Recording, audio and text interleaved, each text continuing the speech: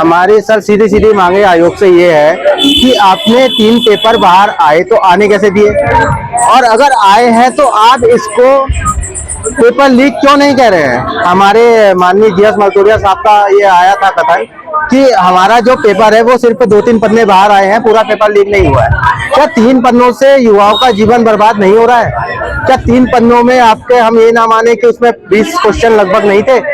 20 question अगर लगभग उसमें होते हैं तो पेपर में 20 नंबर आगे, तो जिस बंदे को वो 20 क्वेश्चन मिल गए वो वैसे ही है।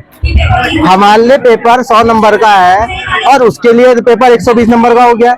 20 नंबर अगर उसके आ गए हैं तो उसे लाने कितने हैं, कितने में मेरिट बनती है? 60 में, 65 में, 70 में, 75 में। अगर वो 20 नंबर ले आता है तो वो इसका मतलब तो वो अपने पिताजी की जागीर पर बैठा है, पिताजी की जागीर पर बैठा है, उसके मौज आ रखे हैं। अगर हमारे छात्रों के पास जो कोर क्लासेस के यहाँ छात्र इकट्ठे हुए हैं तो आप देखेंगे अगर इनके पास इतना पैसा होता तो क्या ये धरने में बैठे होते धूप में? अगर ये धूप में बैठे हैं तो इनके मन में आक्रोश है आयोग के प्रति, और आयोग इस पेपर को कैंसिल करने के लिए तैयार नहीं है।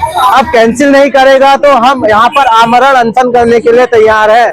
हमारे यहाँ पर जो हमारी संचालिका है गीता कुंवर मैम जी, उनके नेतृत्व में हम यहाँ पर आमरण अनशन करेंगे अगर आयोग हमारी बात नहीं मानेगा। आज तो हमने सिर्फ सांकेतिक रूप से सरकार को चेतावनी दी है, और चेतावनी दी है तो इसका मतलब ये ना समझे जाए ये चेतावनी तक अंत हो जाएगा।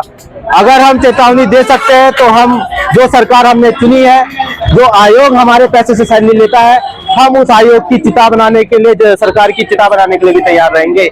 युवा अगर खामोश है तो हमारा युवा संविधान पढ़ा हुआ है। हमारी मैम ने हमें दिन रात बताया है कि सांस्कृतिक स्मारकों का संरक्षण करना हमारा जिम्मेदारी है। हमारे नीति निर्देशक तत्व हमें ये बताते हैं कि सांस्कृतिक स्ट्रक्चर है उनका हमने संरक्षण करना है। पर अगर हमारी मांग पूरी नहीं हुई, ये युवा जितना ठंडे दिमाग का है ये युवा उतने ही गर्म दिमाग का हो सकता है।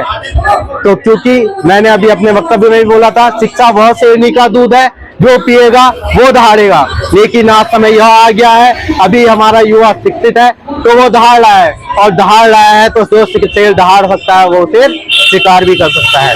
तो शिकार करने की नौबत ना आए, इसलिए आप हमारी मांगों को ज्यादा से ज्यादा जल्दी, जितना जल्दी हो सके, जितना जल्दी, जितना देर सवेर आयोग जाग जाए। 30 दिनों के भीतर हमने समय मांगा है। 30 दिनों के भीतर अगर आयोग ने यह पेपर दोबारा कराया तो हम उसका बहुत बहुत धन्यवाद आभार करेंगे, वरना हम आयोग को नष्ट करने की भी ताकत रखते हैं। ये देश का युवा है, ये किसी भी फील्ड में पीछे नहीं है, चाहे वो टेक्निकल फील्ड हो, चाहे वो शिक्षा का फील्ड हो, किसी भी फील्ड हो।